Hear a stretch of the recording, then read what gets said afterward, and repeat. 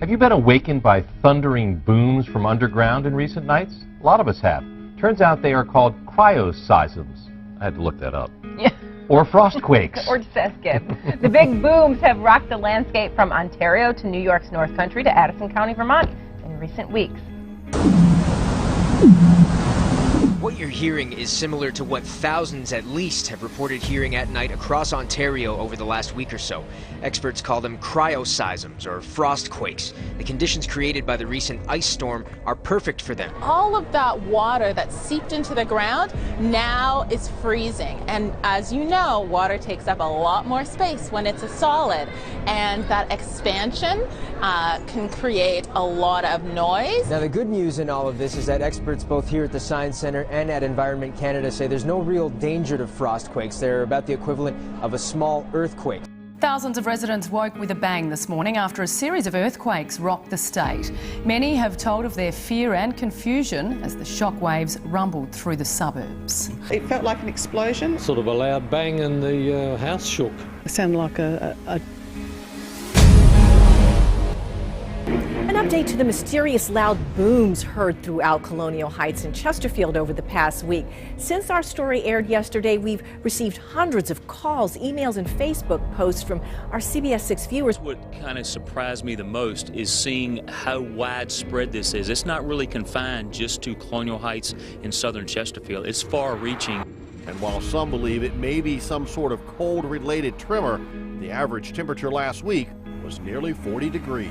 People who live here say it sounded like a massive explosion, but experts say it was likely caused by the extreme temperatures over the last couple of days. Reported feeling and hearing a loud boom twice this week, but authorities say they can't find the source. The mystery sounds and shakes rattled parts of East Baton Rouge, Livingston, St. Helena, and Tangipahoa parishes Monday and Tuesday. People who felt it say it was like two explosions back to back.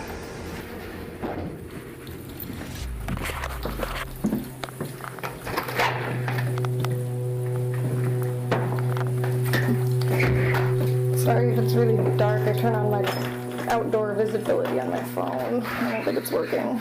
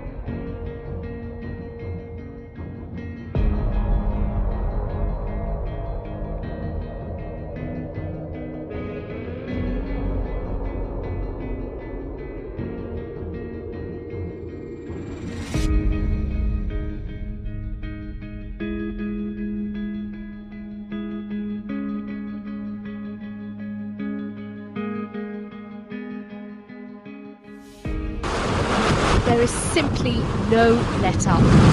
Huge waves are already battering the coast of Devon, with forecasters predicting yet more flooding and more misery.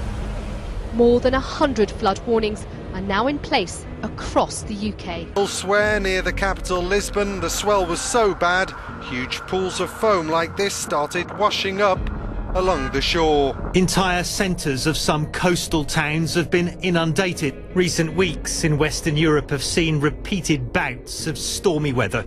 Just before Christmas, high winds downed trees and knocked out power to hundreds of thousands of homes in France and Britain. It's raising concerns that the weather patterns this side of the Atlantic are getting worse.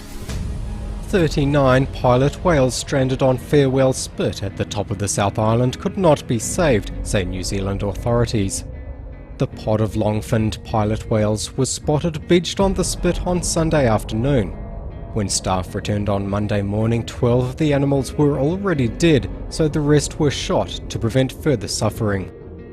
Well, let's get a check of the weather right now from Mr. Roker once again, and you're going to debunk those people who don't believe there is such a thing as a polar vortex. Well, a lot of folks have been saying there's no such thing as a polar vortex, and that it's some left-wing media conspiracy. Well, let me tell you something. First of all, we've never used the phrase global warming or climate change in conjunction with this. This is from my textbook from college, the Glossary of Meteorology from the American Meteorological Society, copyright 1959, okay? And here we go. Take a look right here, okay? Polar vortex.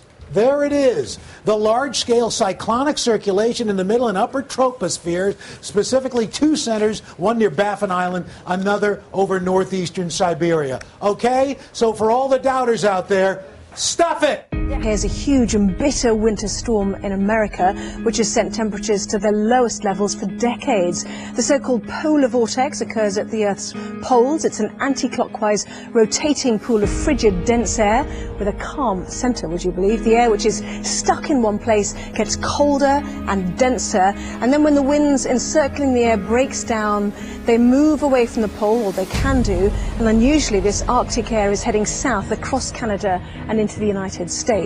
Well, polar vortex is a sort of almost like a hurricane that forms over the poles, the Arctic in this case. And this is the view from space. The NASA image shows the enormous scale of the vortex, covering most of the United States, with only some extreme southern places, such as parts of Florida, escaping the snowstorms.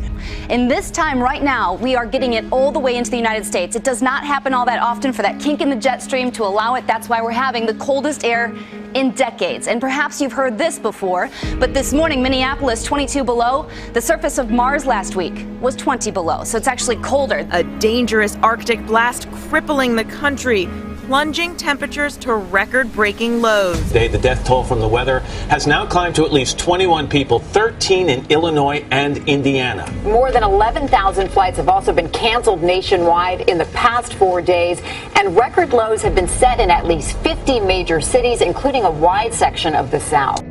Much of the worst-hit areas are still reeling from heavy snowfall. Now frozen, it's made for extremely dangerous driving conditions. The polar plunge has struck unusually far south. In Oklahoma, the rotating pool of freezing air is producing rarely seen temperatures.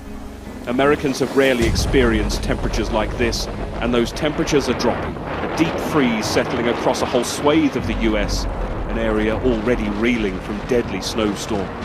While on the coast, not far away, seawater, which flooded some communities during the storms, has now frozen over, marooning people there too. And the big freeze has generated extraordinary images like this, the inside of the New York to Washington, D.C. train iced up. Deadly weather, the flooding, 24 hours of non-stop rain, and the fierce winds coming with it. Just look at the view from above tonight, nearly 2 feet of rain falling in Florida. These images from Delray Beach.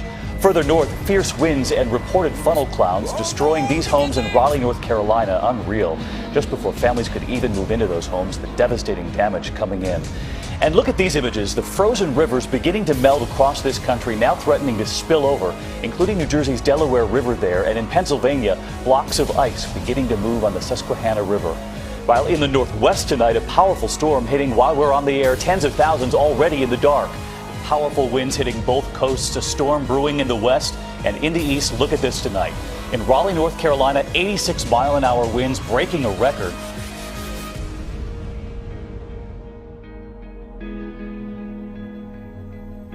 Officials in Tonga have confirmed one person has been killed as a result of Tropical Cyclone Ian, but they're unable to say if the death toll is likely to rise.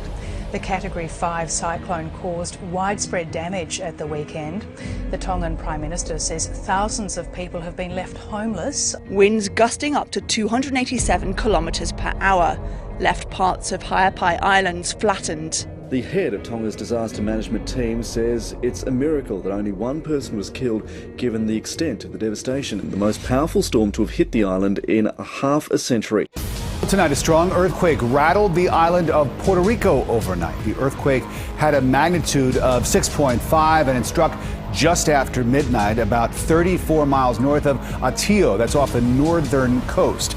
Dozens of people reported fallen items in their homes and feeling the buildings sway in the capital of San Juan, around 59 miles from the quake's epicenter. Let's head over to the Philippines. At least 20 people have been killed and thousands displaced as 2 days of heavy rains set off floods and landslides in the southern Philippines. 13 people are reportedly missing. Officials said the flooding has affected over 100,000 people from 10 provinces and prompted about 10,000 to flee to safer ground. Many homes were submerged and bridges damaged. At least 13 people are dead and 2 more are missing after torrential rain hit the Indonesian island of Sulawesi. About 40,000 people were forced to flee their homes. Flooding in the north of Sulawesi province was caused by torrential rains.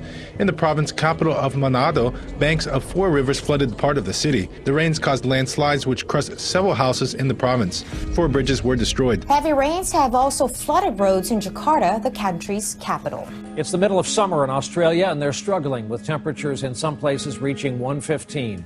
The heat sparked wildfires. It's put a strain on power grids, forced a delay of almost 4 hours at the Australian Open in Melbourne, a move welcomed by the players who had complained about what one of them called inhumane playing conditions in the heat. Temperatures have been incredibly high, close to hitting record levels. Add to that low levels of rain recently, and forests are bone dry. Heat wave. The only thing falling from the skies may be bats. This is a small section. The country's Royal Society for the Prevention of Cruelty to Animals confirmed last week 100,000 bats were killed in the heat wave, a number that's continued to grow. In California, a state of emergency is now in effect because of the extreme drought there, and those drought conditions are fueling a destructive wildfire that's been burning for days northeast of Los Angeles. The fiery images coming out of California this week seem to defy the calendar.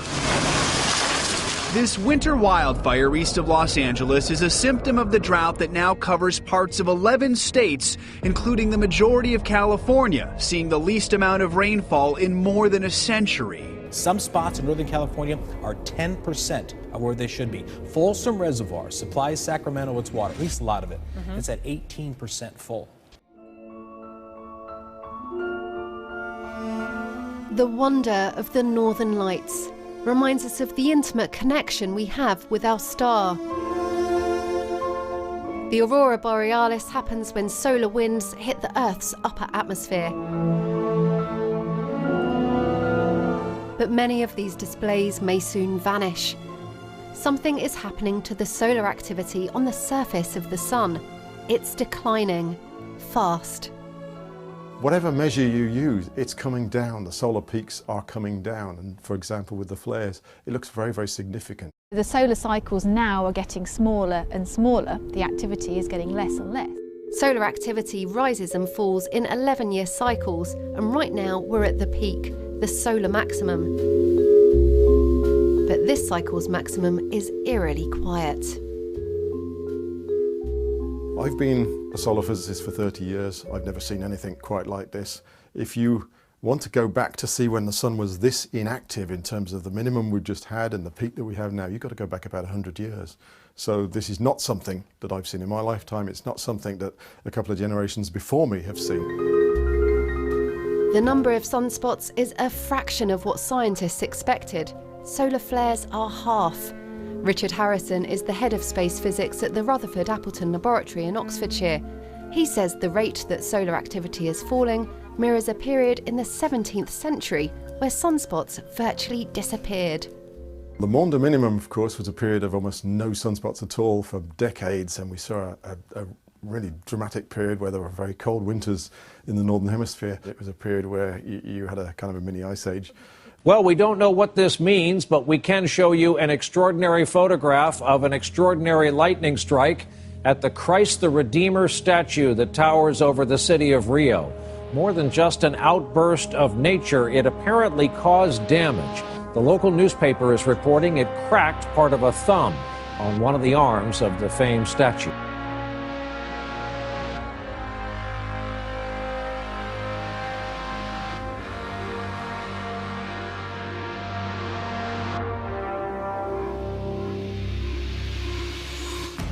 Record rainfall in southeastern France has led to floods in which 2 people have died, 1 person in his cellar, another was swept away in his car, while it's reported a 3rd person is missing.